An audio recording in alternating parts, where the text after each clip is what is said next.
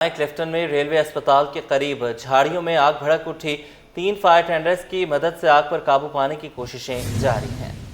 आपको बताएं, क्लिफ्टन में रेलवे अस्पताल के करीब झाड़ियों में आग भड़क उठी। 3 फायर टेंडर्स की मदद से आग पर काबू पाने की कोशिशें जारी हैं। इस हवाले से बात करेंगे उसामा मलिक से। जी उसामा, बताइए। बिल्कुल, लाइबा देखिए, क्लिफ्टन का इलाका है, रेलवे कॉलोनी, जहाँ पर रेलवे अस्पताल के बराबर में जो है वो झाड़ियाँ मौजूद हैं, जहाँ पर कुछ कच्चे घर और झाड़ियों में जो है वो आग लगी है। फायर ब्रिगेड की फौरन जो है वो गाड़ियाँ वहाँ पर जैसे आग लगी थी पहुंच गई थी। आग पर जो है वो इस वक्त काबू पाने की कोशिशें की जा रही है। एक रेलवे कॉलोनी की फायर ब्रिगेड और एक रेस्क्यू 1112 की जो फायर टेंडर है वो आग पर काबू पाने की कोशिश कर रही है। कोई जो है वो जानी नुकसान नहीं हुआ। झाड़ियों में जो है वो आग बताई जा रही है। 3 फायर टेंडरों की मदद से आग पर काबू पाने की कोशिश की जा रही है। आग को फैलने से मजीद जो है वो रोक लिया गया है। फायर ब्रिगेड हुकाम से हमारी बात हुई थी, उनका कहना है कि आग इतनी बड़ी नहीं है, ये अचानक जो है वो आग लगी है। अब जो है वो फौरी तौर पर जल्द अज जल्द जो है वो आग पर काबू पा लिया जाएगा। जी ठीक है उसामा, बहुत शुक्रिया आपका।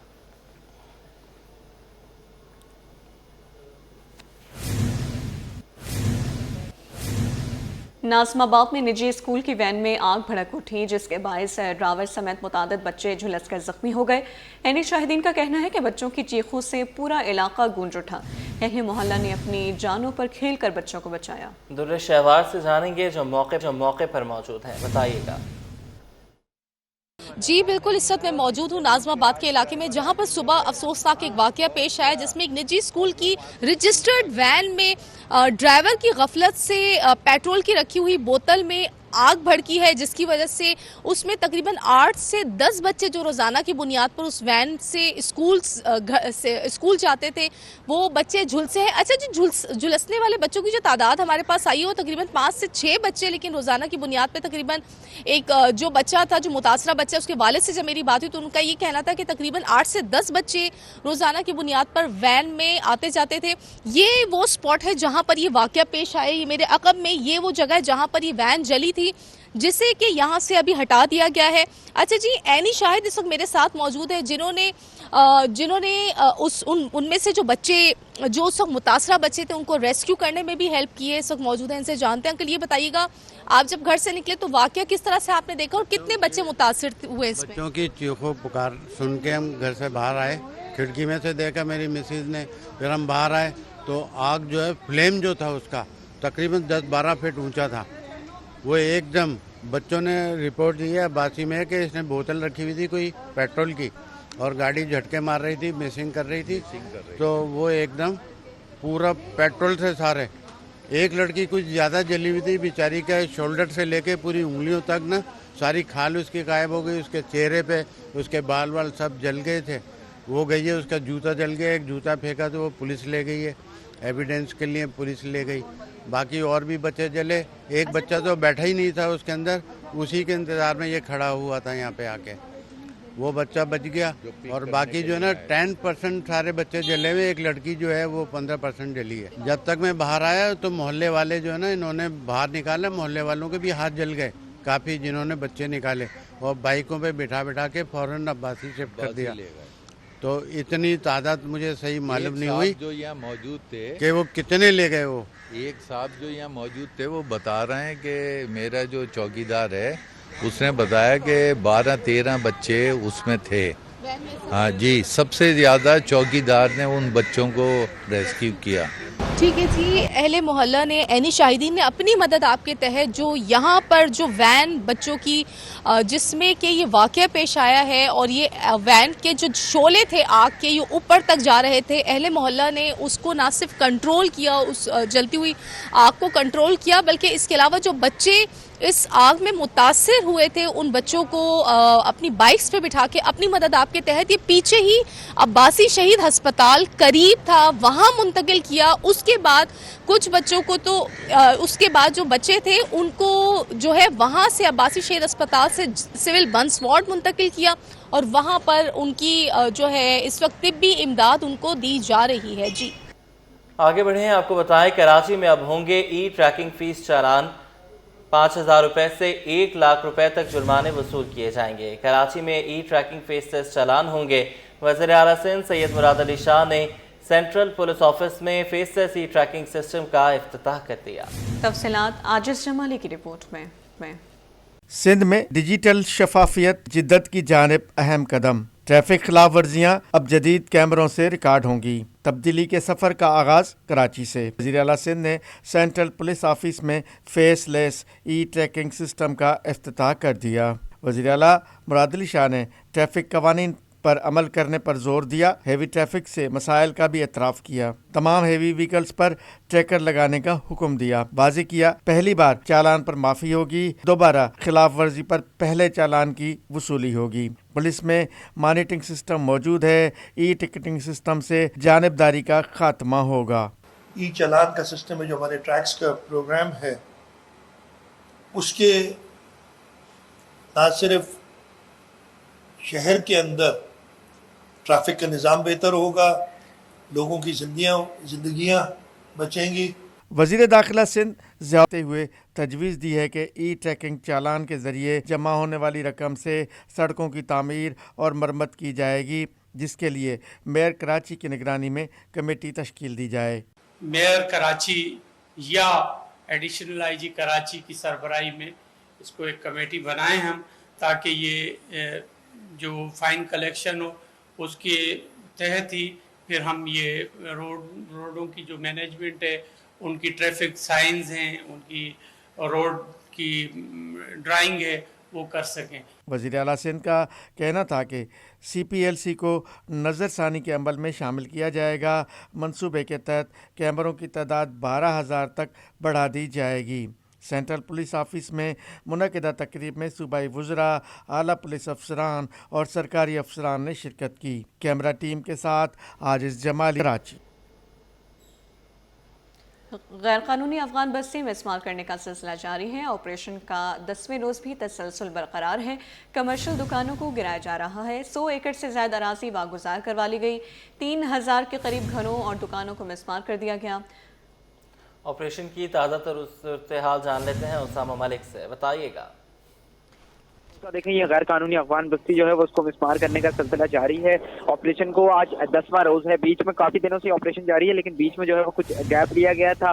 हफ्ता और इतवार की जो है वो छुट्टी ली गई। आज 10वां रोज है। घरों और कमर्शियल दुकानों को जो है वो सुबह से ही गिराने का सिलसिला जारी है। हुकाम से हमारी बात हुई है। मलय डेवलपमेंट के जो डायरेक्टर स्टेट हैं फारूक मुफ्ती, उनका कहना है कि तकरीबन 100 से जायद जो एकड़ है उसको 100 से जायद एकड़ अराजी को वागुजार करवा लिया गया है, जबकि 3000 के करीब मकानों और दुकानों को मिसमार किया गया है। ये मजमूई तौर पर 214 एकड़ अराजी है जिसको वागुजार करवाना है, जिसके सिलसिले में जो है वो ऑपरेशन का सिलसिला जारी है।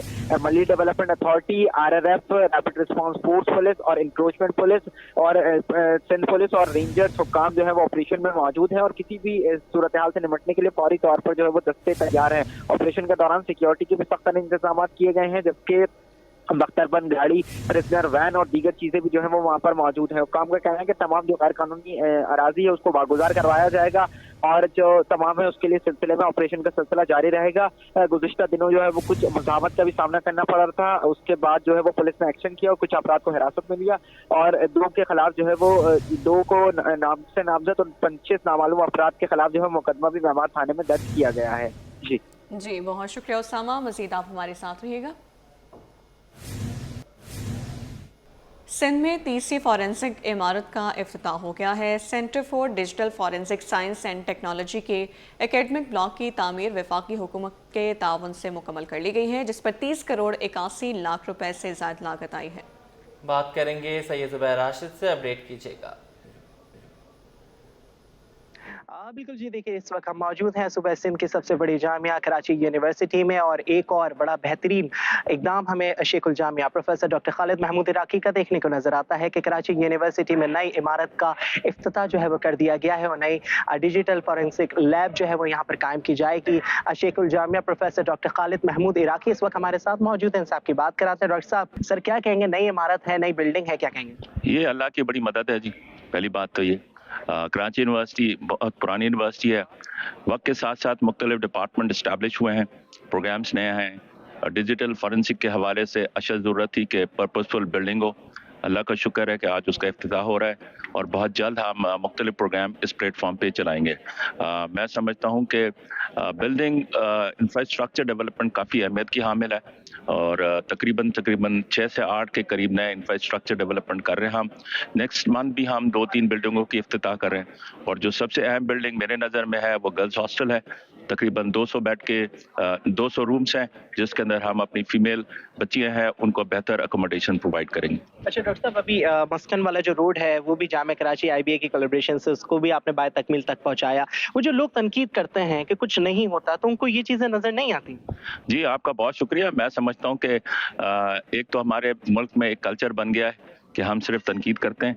मैं समझता हूँ कि उस तनकीदों से कोई फ़र्क नहीं पड़ता, उससे मेरे अंदर बहुत ज़्यादा एनर्जी आती है कि हम बेहतर काम करें और मैं समझता हूँ कि मैं मीडिया का बहुत शुक्रगुजार हूँ कि आप लोग जो भी पॉजिटिव काम हो रहा है उसको भी दिखाते हैं और जो कोताही है उसके तरफ भी हमारी तवज्जो दिलाते हैं। तो मैं समझता हूँ कि हमें पाकिस्तान के लिए काम करता रहना चाहिए। बिल्कुल, पाकिस्तान के लिए काम करना चाहिए और करते रहना चाहिए। शेखुल जामिया प्रोफेसर डॉक्टर खालिद महमूद इराकी ने नवीद सुना दी है कि रवा साल ही 2 नई इमारतों का जो इफ्तिताह है वो भी किया जाएगा। ताहम यकीनन तौर पर आज जो ही इस बिल्डिंग का इफ्तिताह किया गया है और इसमें मुख्तलिफ जो कोर्सेज हैं वो भी तश्कील देने के लिए हतमी मरहले दाखिल हो चुके हैं। जी, वज़ीर सेहत सिंध डॉक्टर अजरा फजल पिचोहू की ज़ेर सदारत वर्ल्ड बैंक मिशन के साथ नेशनल हेल्थ सपोर्ट प्रोग्राम की पेशरफ से मुतालिक अहम इजलास, जिसमें आलमी इदारे सेहत, यूनिसेफ, सेक्रेटरी महकमा सेहत और दीगर आला हुकाम ने शिरकत की। बात करेंगे इब्राहिम रिंद से, अपडेट कीजिएगा। देखिए, बिल्कुल सूबाई वज़ीर सेहत डॉक्टर अजरा फजल पिचोहू की ज़ेर सदारत वर्ल्ड बैंक मिशन के साथ नेशनल हेल्थ सपोर्ट प्रोग्राम की पेशरफ से मुतालिक जो अहम इजलास तलब किया गया था, जिसकी सदारत सूबाई वज़ीर सेहत ने की। इजलास में आलमी इदारा सेहत, यूनिसेफ, सेक्रेटरी और महकमा सेहत के दीगर आला हुक्मरान जो है थे वो भी इसमें शरीक थे। इजलास में महकमा सेहत की जारी मनसूबों, DHO IS सिस्टम के नफाज, मवासलाती निज़ाम की बेहतरी और नेशनल हेल्थ प्रोग्राम का भी तफसीली जायजा लिया गया। इस दौरान वज़ीर सेहत डॉक्टर अजरा फजल पिचोहू का कहना था कि सेहत के शोबे के लिए एक तरबियत याफ्ता, बासलाहियत और तकनीकी सोच रखने वाली टीम की ज़रूरत है। उनका कहना था कि माजी में फिजिकल डेटा से पूरी फैसले मुमकिन नहीं थे, लेकिन अब जो है मुकम्मल डिजिटल निज़ाम की जानिब बढ़ रहे हैं। उनका ये भी कहना था कि रियल टाइम डेटा के जरिए बर वक्त इक़दाम किए जा सकेंगे, जबकि सूबे के 10 अजला में DHIS और 2 सिस्टम के नफाज को तेज किया जाएगा। जबकि उनका कहना था कि सूबे भर के जो तमाम महकमा सेहत के आदाद शुमार हैं उनका भी खुद मुख्तार और जदीद निज़ाम जो कायम किया जाएगा। जबकि इसके अलावा मालियाती शफाफियत के लिए भी IMS और सरगर्मियों के लिए अलग-अलग कॉस्ट सेंटर भी कायम किए जाएंगे। उनका कहना था कि आलमी बैंक, WHO और यूनिसेफ की मामलत को भी सराहते हैं, जबकि इसमें महकमा सेहत की जानिब से सूबे भर में मजीद बेहतर इक़दाम भी किए जा रहे हैं। जी ठीक है, बहुत शुक्रिया, आपने हमें अपडेट किया।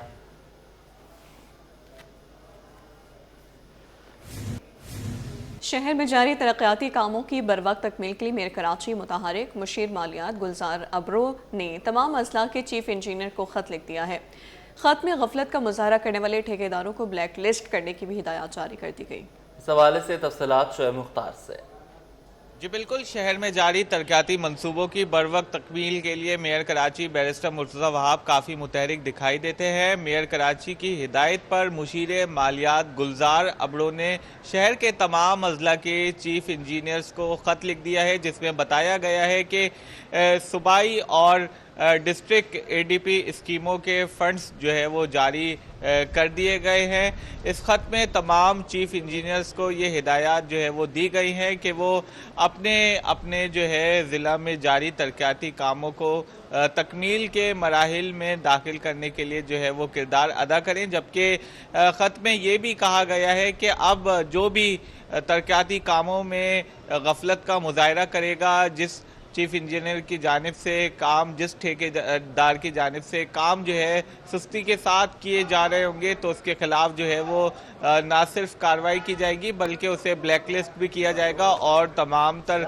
अदायगियाँ भी जो है वो रोक दी जाएंगी।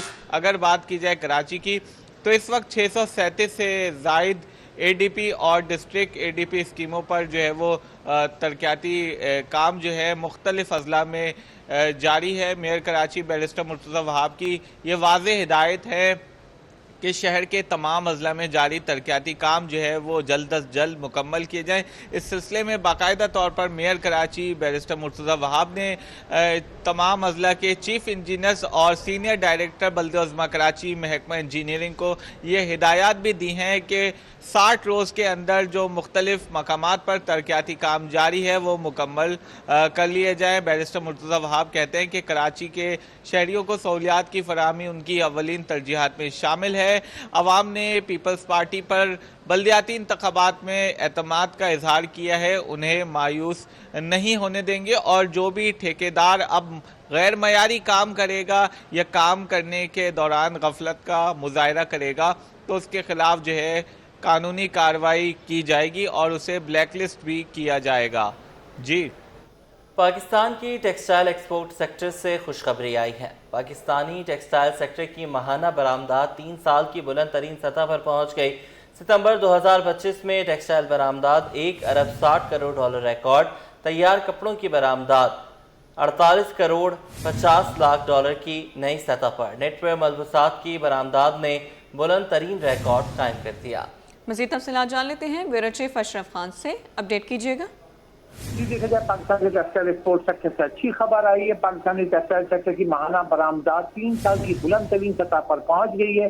सितंबर 25 में टेक्सटाइल की बरामदात 1 अरब 7 करोड़ डॉलर रिकॉर्ड की गई है। सितंबर 25 में टेक्सटाइल की समेत तैयार कपड़ों की बरामदात 48 करोड़ 50 लाख डॉलर की नई रिकॉर्ड सतह कायम कर दी है।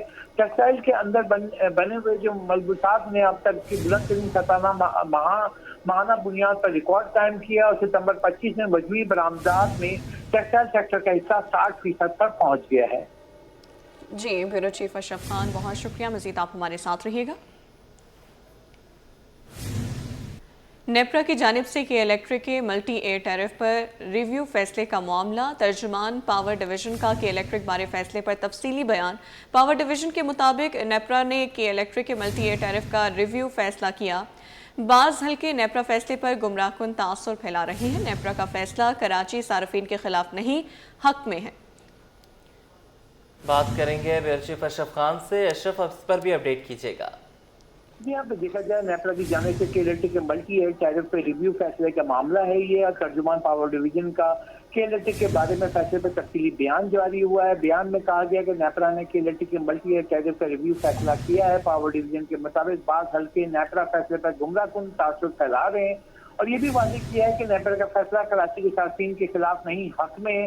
के इलेक्ट्रिक की कारकर्दगी सरकारी इदारों से बेहतर बनानी होगी। पावर डिवीजन का ये मौक़िफ़ है और साफ कहा है कि आइस्को, फेस्को, कैप्को जैसे इदारे रिकवरी और सोर्सेस में आगे हैं के इलेक्ट्रिक से। नेपरा रिव्यू का फैसला इंतजामी इस्लाहात से मुतल्लिक है। के इलेक्ट्रिक नेशनल ग्रिड से 2000 मेगावाट बिजली ले रहा है। नेशनल ग्रिड से बिजली के इलेक्ट्रिक के लिए अपने प्लांट से सस्ती है और के इलेक्ट्रिक सार्फिन के लिए भी फी यूनिट नेट में कौमी सतह पर यकसा रहे। अखराजात में कमी सार्फिन के लिए मुस्बत इक़दाम साबित होगी। पावर डिवीजन का कहना है कराची सार्फिन को सब्सिडी बदस्तूर मिलती रहेगी और ये भी कहा है कि सब्सिडी को के इलेक्ट्रिक के मुनाफे का हिस्सा बनने से रोका गया है।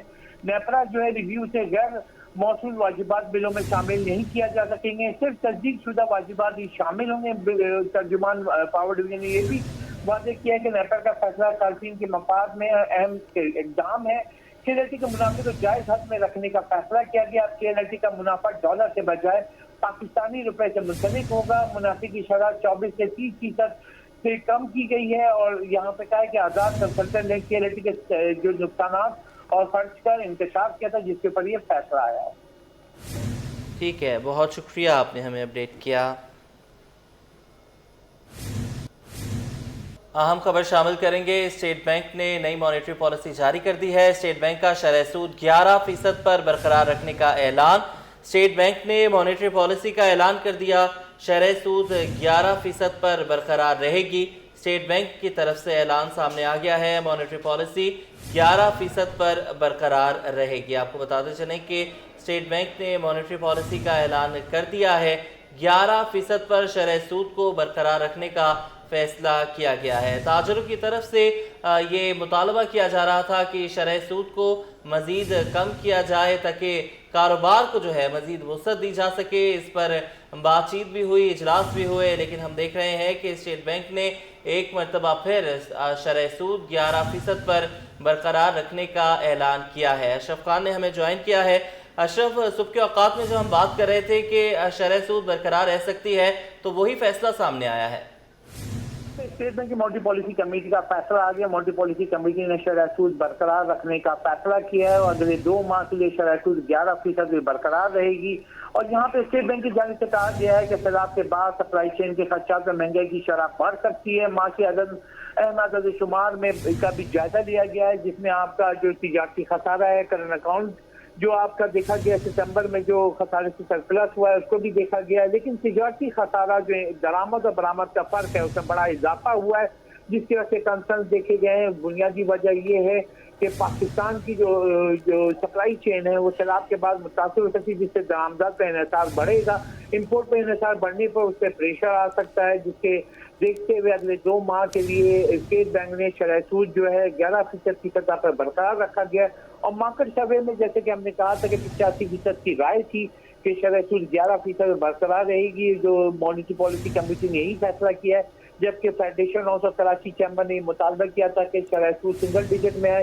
लेकिन अभी भी देखा जाए शरह सूद जो 11% है और स्टेट बैंक का कहना है कि 1 साल से ज्यादा अरसे में देखा जाए जो शरह सूद था वो 22% से करके कमी की गई है और 22% से कम होकर जो 11% पर आया है और मजमूई तौर पर 11% की कमी हो चुकी है।